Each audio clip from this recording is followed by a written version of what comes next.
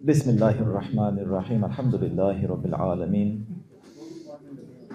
والصلاة والسلام على سيدنا ومولانا محمد وعلى آله وصحابته أجمعين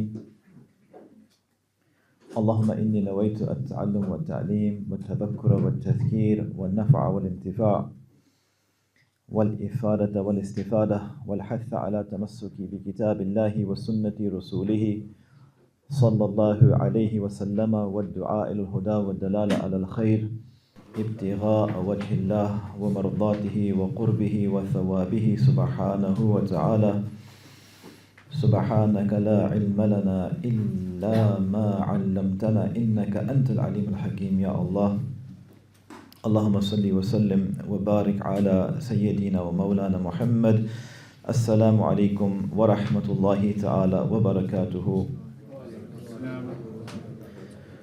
Alhamdulillah ala ni'mat al-Islam. We praise Allah for the blessings of Islam.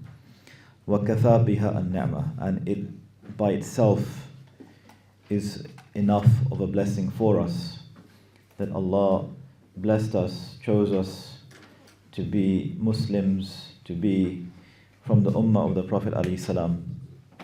And it's something that we should bring to mind every single day, the ni'mah of Islam. And so we hadn't concluded the section that we were on, which is on page 10 and 11. We had just one section left, the concluding point that the Imām makes, where he begins, or I should say he concludes by saying, وَالْإِيمَانُ قَوْلٌ بِاللِّسَانِ وَالتَّصْدِيقٌ بِالْجِنَانِ وَعَمَلٌ بِالْأَرْكَانِ. Because you'll recall that this nasiha is about knowledge and action. And so he's telling us that Iman is to verbally declare, is to say La ilaha illallah Muhammadur Rasulullah. It's to verbally declare it. In addition to assenting to the reality of that. In other words, you're believing in it in your heart. It's not just words. There has to be an internal realization of what that means. And to act in accordance with the pillars. وَعَمَلٌ بِالْأَرْكَانِ And to act in accordance with the pillars. Now, notwithstanding the exact theological position on whether amal, i.e. good deeds generally, are an actual integral part of what constitutes faith. In other words, does Iman by definition include actions? Which would mean that if you didn't act according to the arkan of Islam, the pillars of Islam, the consequence of that would be, would you remain a Muslim or would you not remain a Muslim? I.e. if you considered actions to be constitutive, definitionally part of Iman. So if someone says that part of your Iman is that by definition the reality of Iman is that you must engage in the pillars, right? Or is it the case that it's not definitionally part of Iman, i.e. actions? And generally speaking, this is a topic of, as you can imagine, discussion. The broad position of Ahl Sunnah wal Jama'ah is that amal, your deeds, don't constitute part of your faith. In other words, it means that what makes you a Muslim is your belief, right? But then someone's going to have a question about this, and how do our actions relate to that? We'll come to that in a second. And of course, the Imam's not going to discuss that in detail here, but certainly on a personal, individual level, Imam Ghazālī, as well as the Imams in general, speak about Iman in terms of belief and action. Even though actions are part of the fullness of one's Iman, perfection in one sense. Right? So when the Imams speak about Iman, they refer to it, they speak about it as belief and action, belief and action. leaving aside the theological aspect, that what actually constitutes Imām, right? It's a separate thing. And so what the Imām means by this is that actions, in other words, our deeds, they are an independent way of, or a sign of knowing our standing in front of Allah. Because sometimes we think, I wonder where I am with Allah. Where do I stand in front of Allah? And a good way of measuring that is to see where are we in terms of our actions. And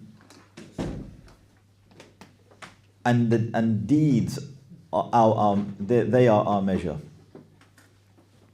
Are we praying?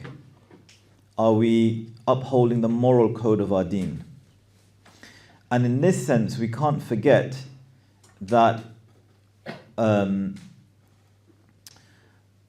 thoughts and our words about others are a form of action. Right?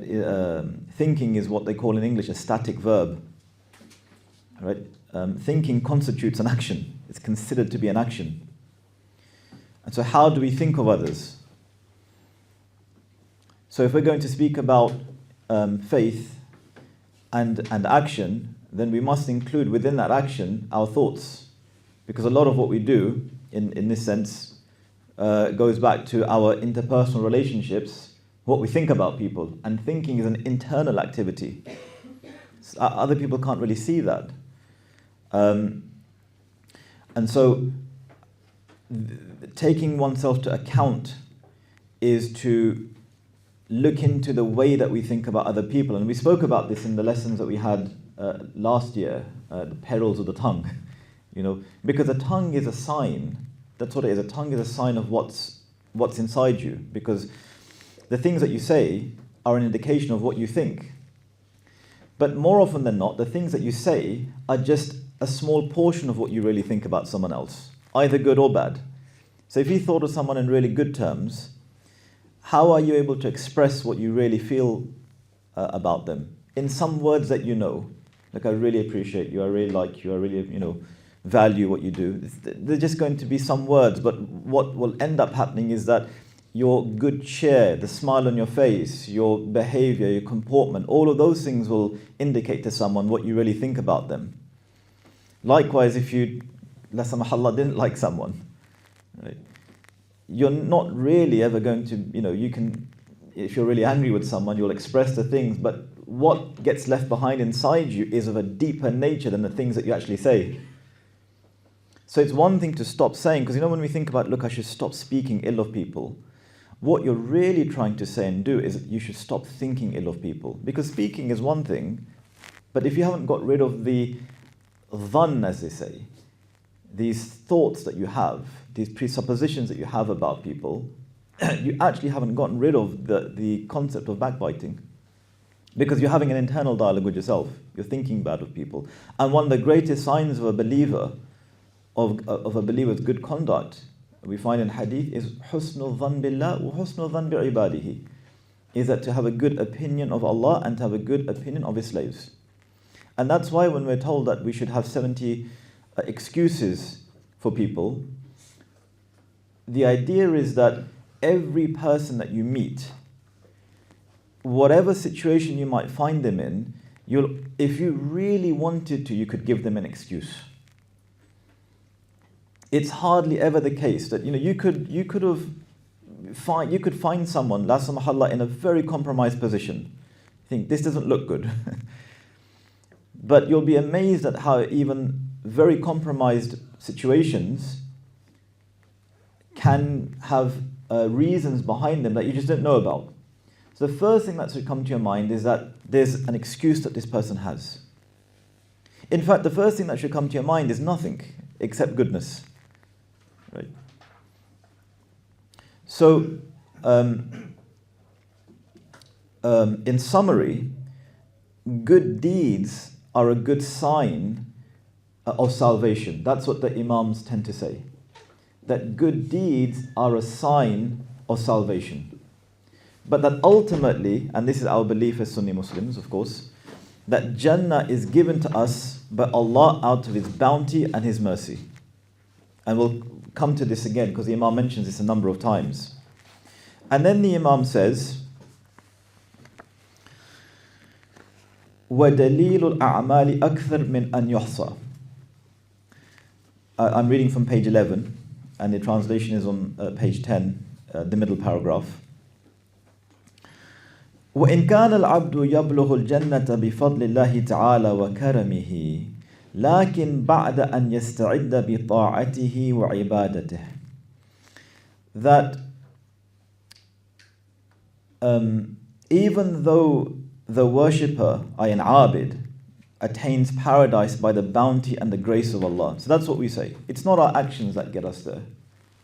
It's Allah's fadl, Allah's bounty. But it's also the case that Jannah is a consequence to one being prepared to receive Allah's fadl.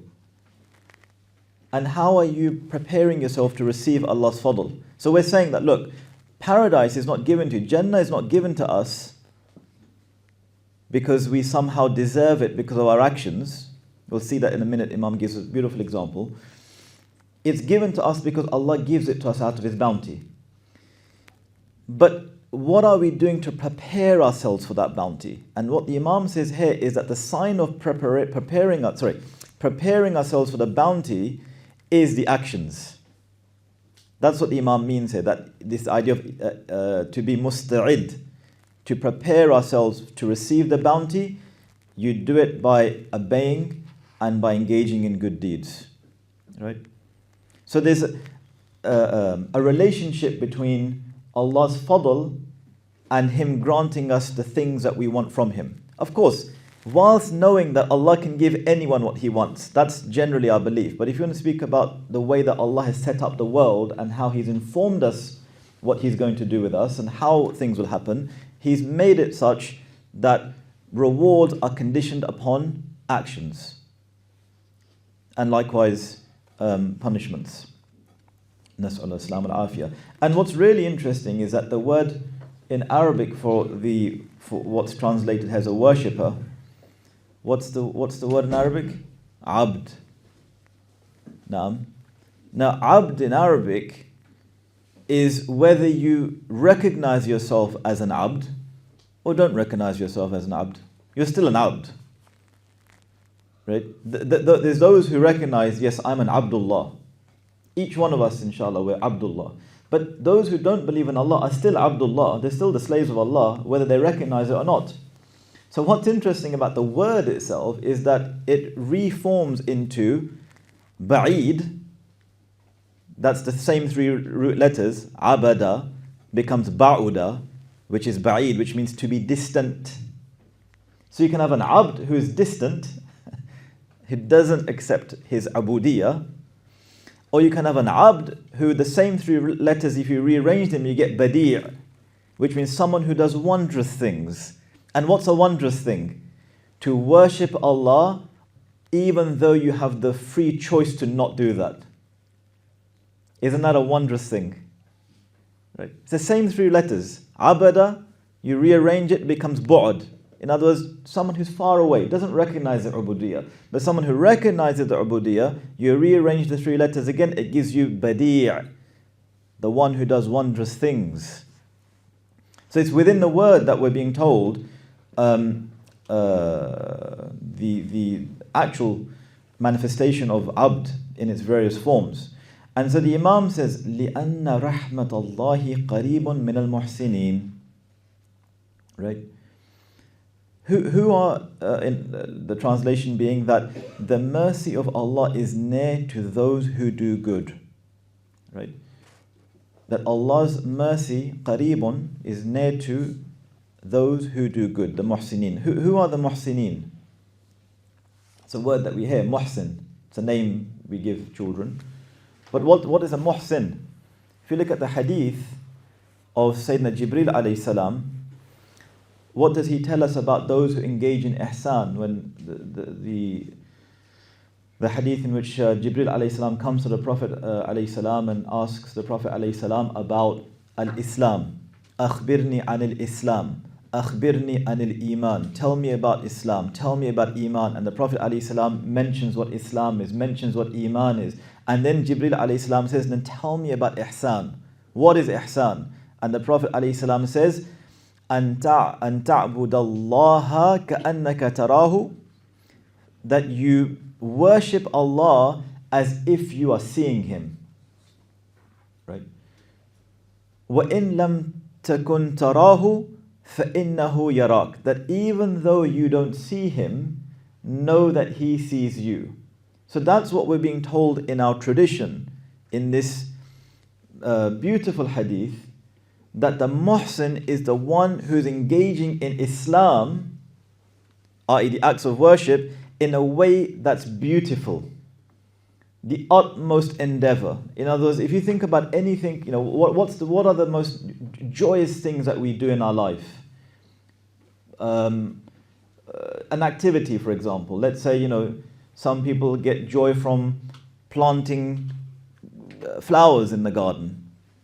Some people have joy in mowing the lawn, right? Some people have joy in driving. I mean, they're in that moment. They're not going to waste the fact that while I'm doing this activity which I love, I'm not going to be thinking about other things. I'm doing it excellently. So all of us have something like that. Unfortunately, we have to include this as well. Some people, they enjoy things which they shouldn't enjoy. And within those things that they're getting the enjoyment, they are fully in it.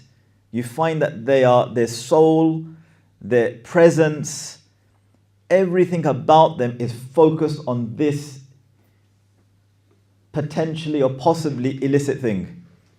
Right? Nas'Allah Islam al-Afiyah. But the point I'm trying to make is that each human being should have those acts that they're fully in it. We need to recognize for us which ones are they, right? And so what this hadith is telling us is that as Muslims, if we understand the consequences of what that means, it means to worship Allah with full presence. In other words, the greatest of acts that we do should be our worship. And if it's not, we all can ask ourselves this question, then the reason why we're here, we've been placed here, we're not fulfilling it. If we stand up to pray and we feel that, let me quickly pray, or let me read my awrad while I can do two things at once, we're not getting it. We have to really take ourselves to account there. Nothing can come in front of, between us and Allah, to say, let me quickly pray before I go out because I'll be finished for the night. No, let everything else be to the side. Say, look, you know what? I don't want anything. I just want Allah and I want to do it now. If it means everything has to be put on hold, it doesn't matter. And each one of us can take ourselves to account for that, right? And whatever we do of good, in other words, don't let our good become something that becomes mixed with the dunya, or somehow becomes part of our worldly affairs. It's a chore that we have to do. If it is the case, then what we have to do, we have to really sit down and you have to really ask ourselves the question, what is wrong with me? What is wrong with me? Why do I behave like this in front of Allah? Why do I miss what I'm supposed to do? Why am I not doing it properly? Why am I not giving my all to it? Why do I feel that my prayers are not how they should be? We have to ask ourselves that question, because otherwise, again, as the Prophet ﷺ tells us, take yourselves to account before you're taken to account. Right? And what's really interesting about the word hasaba in Arabic, what does hasaba? Hasaba is to take yourself to account. Hasaba yuhasibu. What's the root word of hasaba? Right? Hasiba. The ha, the sin, and the ba, right? So in other words, if you engage in muhasaba, which is a fundamental Muslim quality, or should be, i.e. taking yourself to account, you'll either find yourself in one or two states.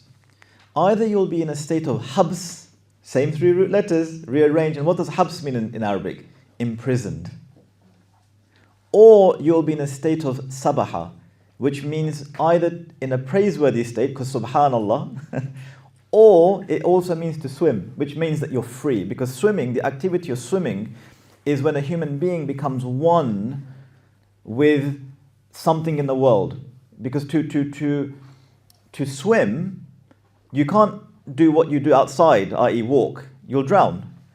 To remain afloat, you have to become one with the sea, one with the ocean. Which basically means that you're comporting in the way that you should have done. That's the idea. And that's how Allah as well just describes the way that the planets go around the sun, right? That this yusabbihun. What's the idea? That they're doing what they're meant to do. That's true freedom, is recognizing that, is to do what we're meant to be doing here. And so hasaba, i.e. to take ourselves to account, gives us the exact meanings of what the conclusion will be once you've done that. Either you'll find yourself in prison, habs, same 3 root letters, or at a station of praise and properly, truly free by recognizing that you are traveling the course that Allah has planned for us, or put us here for, I should say, and planned for us, of course. Now, I said all the time, the Arabic language is the most majestic sign of the nature of things themselves, right? Because the words are telling us the relationship between things, right? And as we said before, that Allah has set up the world as a place of signs. In Arabic, that's what it's called. Alam it's from the word alama. Everything in existence is a sign. Everything. The sun, it's a sign. It's the most luminous thing in the sky, right? The moon is a sign. The pebbles are a sign. The mountains are a sign. The trees are a sign. The animal kingdom everything is a sign. But if you look at all of those signs individually, you'll find that accumulatively, if you bring all of the signs that Allah has put around us together and make this one super sign, they still don't compare to the sign, which is the Prophet ﷺ. Because if you actually understood the Prophet ﷺ, you'd recognize that you don't need any other signs. Why? Because he becomes your alam, he becomes your world.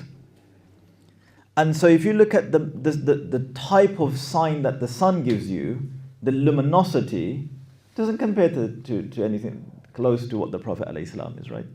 Likewise the moon. If you look at the trees, and we spoke briefly last week about trees, the signs that the trees give us, that the trees themselves, we know from hadith, weep at the non-presence of the Prophet ﷺ. So in other words, the signs are dependent upon the sign. The signs want to be with their sign, with a capital T and a capital S, i.e. the Prophet ﷺ. He is a sign. If you look at the pebbles, we know that the pebbles, they spoke, they did tasbih in the hands of the Prophet ﷺ. Right? We know that the clouds shaded the Prophet ﷺ. We know that the animals spoke about the Prophet ﷺ. We know that the spider spun its web to protect the place that the Prophet ﷺ was. And you can go on and on and on. That again, if you bring all of these things together, they are only signs because of the Prophet ﷺ. They only become signs because of him. So if we really understood that we've been given the greatest sign of Allah, and again that we have to take ourselves to account for that, do we read the seerah of the Prophet ﷺ? Do we come to know about him? Because the sign of true love is wanting to be and to know that, the object of your love, right? It's don't get me wrong, all of this is khair. Anyone who claims love for the Prophet ﷺ and had never opened the seerah, look, tabarakallah, that love could be, of a nature that no one knows. But ordinarily speaking, you have a love which is predicated on, it's based on a desire to want to know the Prophet ﷺ. Now, and so the Imam says, لأن رحمة الله تعالى قريب من المحسنين, and we come to know that a muhsin is then someone who performs their worship or their good deeds in such a way that they then acquire the fadl of Allah. No? The fadl of Allah. And keep in mind that fadl in Arabic. What's fadl in Arabic? Now I know we call it bounty or, sorry? Grace, right? But fadl in Arabic actually means something which is superfluous, not needed. It's additional to what you have, right? That's, for example, if you went to the shopkeeper and you said, can I have a kilo of sugar, a kilo of olives, and then he gives you another 100 grams, he says, that's fadl. It's an additional amount that you're not paying for, but I'll give it to you, right? You've not done anything to match that, in the sense of you're not giving me any extra money, but I'm giving it to you. It's additional. That's fadl. Why is it called fadl? Because the idea is that there is nothing that we can do to make ourselves deserving of what Allah gives us. So everything is a fadl. Right? But what then behooves us on the other side then is to engage in action to earn more of Allah's fadl. And so the last paragraph there on page 11, the Imam says, وَلَوْ قِيل أَيْضًا. In the text, in the Arabic text that you have, it says يَبْلُغُ بِمُجَرَّدِ الْإِيمَانِ. But there's a manuscript that says هَلْ يَبْلُغُ. And the difference essentially would be that the point that the Imam's trying to make here is this, is that you've said all this about action. You said that we must, perform good deeds and we must act, and that then prepares us to receive Allah's fadl. But then someone could say, and this is what the Imam, again, the Imam's so, any objections he knows, he foresees them, and that's the sign of a masterful thinker. Someone who knows that what they've said, that the objection to this is going to be this, my response is going to be that, their objection to this response is going to be this, and this is what the response. So they've worked out 5 objections down the road. That's a sign of a great thinker. And so the Imam is saying here, look, I know someone's going to ask me the following question, which is, will a believer not attain Jannah just by their faith alone? Valid question, right? That will a believer not attain Jannah by their iman alone? And what does Imam say? قُلْنَا نَعْمْ. Yes. That's our theological position, of course. But he says, but this is the warning now. And he doesn't mince his words. He says, نعم, yes, but متى يبلغ? Right? But when do you think you're going to get there? Do you think this iman that you have is a permanent state of yours, just like your nose is, or your ears are, right? Or your fingers are, meaning it's just going to be with you forever? He's very clear about this. That no, we agree. Faith is what's going to get you to paradise. Granted, accept that. But when will it make you reach? وَكَمْ مِنْ عَقَبَةٍ كَعُودٍ يَقْطَعُهَا إِلَى أَنْ يَصِلْ. That how many difficult obstacles will you have to overcome or must be overcome before arriving?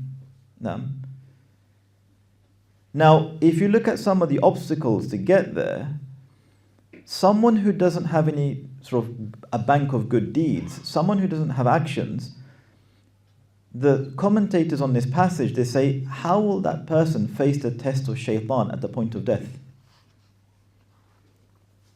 Right? Because deeds, your good deeds, they serve to strengthen your iman.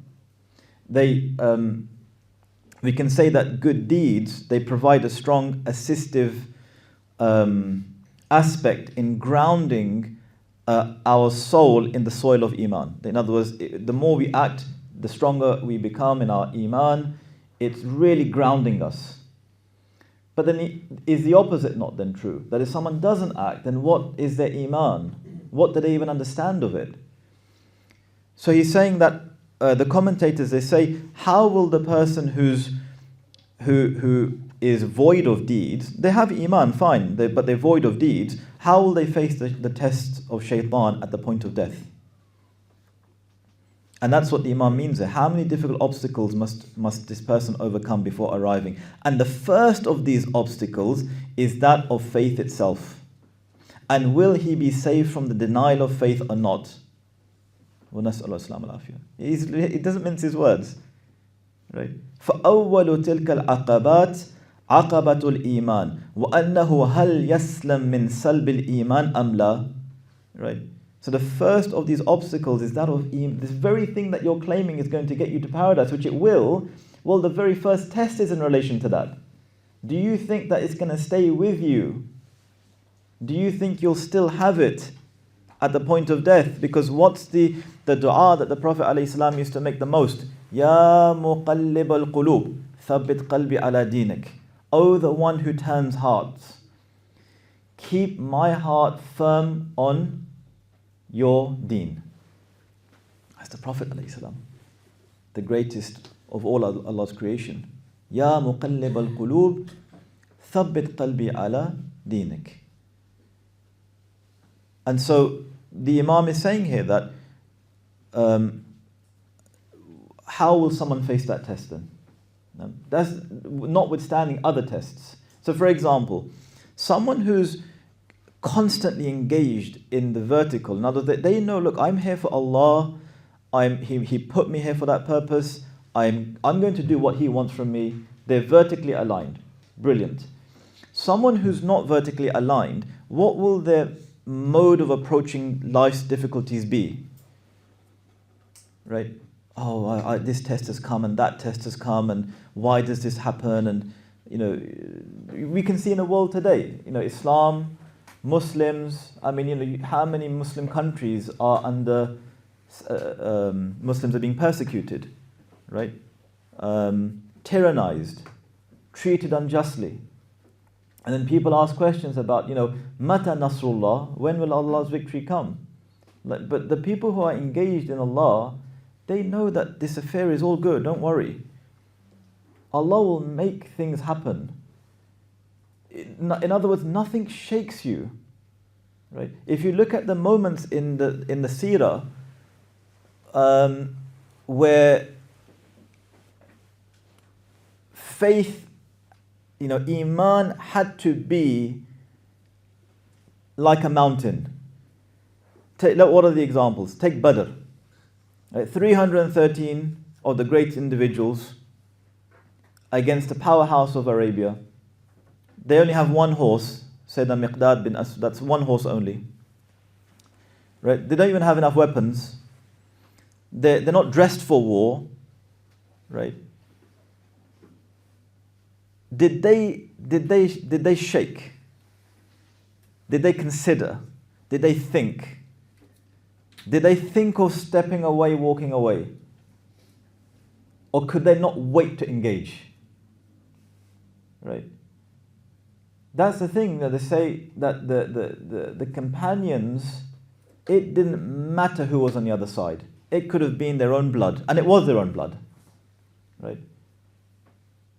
That these were people of action, and when the time came, they stood firm. Right? What does Allah tell us about I think in Surah Al-Ahzab, about when they dug the trench, and it was so dark and cold, and they were surrounded from the front of them and from behind them, right? But did they waver? No, they never wavered. Right? Meaning it was such an intense that Allah even describes it as balaghatil qulub al-hanajid, that the hearts had almost reached the throats, the intensity of the situation. But none of them wavered. So these are the examples of people who are firm in faith. But then how about those who are never firm in faith? What I'm trying to say is that when we question, is our questioning based on our lack of action? You know, when things happen in our life and we ask questions, is it based on our lack of understanding or our lack of actions? Or what is it? Because why did the Sahaba never engage in that? If anyone would have asked questions, it would have been them. Because every battle they fought, every place they went to, they were always outnumbered, in terms of the technology that other people had. They were always smaller in number, but they never wavered. So when we find people doing it today, that's what the Imam is trying to tell us here. Is it as a consequence of weakness in our Iman? And is that weakness because we don't act? Or is that weakness because we haven't learned how to believe properly? Right. So that's what he's saying. Yeah, look, we accept. Now, you're going to get to paradise. As long as you leave this world and you say, La ilaha illallah, Muhammadur Rasulullah, we know, Dakhil al-Jannah. The one whose last words are La ilaha illallah, Muhammadur Rasulullah, sallallahu alayhi wa sallam, Dakhil al-Jannah. They'll enter paradise. And inshallah, Allah give us husn al-khatimah on that. Now, and then the Imam says, وقال الحسن البصري, the great Hassan al-Basri. He says, يقول الله تعالى لعباده يوم القيامة ادخلوا يا عبادي الجنة برحمتي واقتسموها بأعمالكم. Some commentators say that this is a weak hadith. Oh, sorry, it's not even but they say it's a hadith because of the way he says it. This is when a companion says something that's ordinarily not something that you'd expect a companion to say, except that they would have heard it from the Prophet ﷺ, but they say it without saying that I heard the Prophet ﷺ saying it. That is a hadith. And likewise, if someone who's from the second generation, that they don't mention that this companion I heard from them who heard from the Prophet ﷺ, it's called maqtu'. Now, some of the commentators say that this, if it is a hadith, it seems to have some weakness. But as we know, a weakness in a hadith doesn't render it inauthentic. And also, we should be careful of not calling da'if weak. I've spoken about this before. Da'if is an epistemic category of understanding what sort of legal basis does this hadith have. Doesn't mean that it's inadmissible as part of our deen, and B, in the sorts of things that we can do. Right? In Sunni Islam, scholars generally are in agreement that da'if hadith are entirely appropriate for fadail a'mal. In other words, if you want to engage in good actions, a hadith can be da'if, and it's fine for you to engage in by saying, look, it's a hadith. There's no problem with that. And that's, of course, the positions of the great Imams of hadith who say that. And so he says that, Al-Hasan al-Basri says that Allah the Exalted will say to his worshippers on the day of resurrection, O worshippers of mine, enter the garden by my mercy and divide it between you according to your deeds. In other words, that yes, what's going to get you there is Allah's mercy. But where will you be in paradise? It's according to the things that you did. Now, it's I think you can say rationally, you'd expect someone who understood the nature of paradise to want the best of it. Because what's the best of paradise? The best of paradise is to be in the proximity of the Prophet ﷺ. That's the best of paradise. So for us, it should be, okay, what do I need to do to get to that proximity? And also, it should be part of our dua that, Ya Allah, you should kind of work it out in your minds. Ya Allah, give us husn al-khatimah. Give us a good end. When we go into the grave, make the graves open and spacious for us and make them gardens. Make the grave easy for us. When you bring us forth from the grave, then put us underneath your arsh, so we have its shade. And that when we're standing there, that whole spectacle of qiyamah is just like 2 rak'ah for us. And once that spectacle is done, let us be of those who didn't have to even go through any account. And once that's the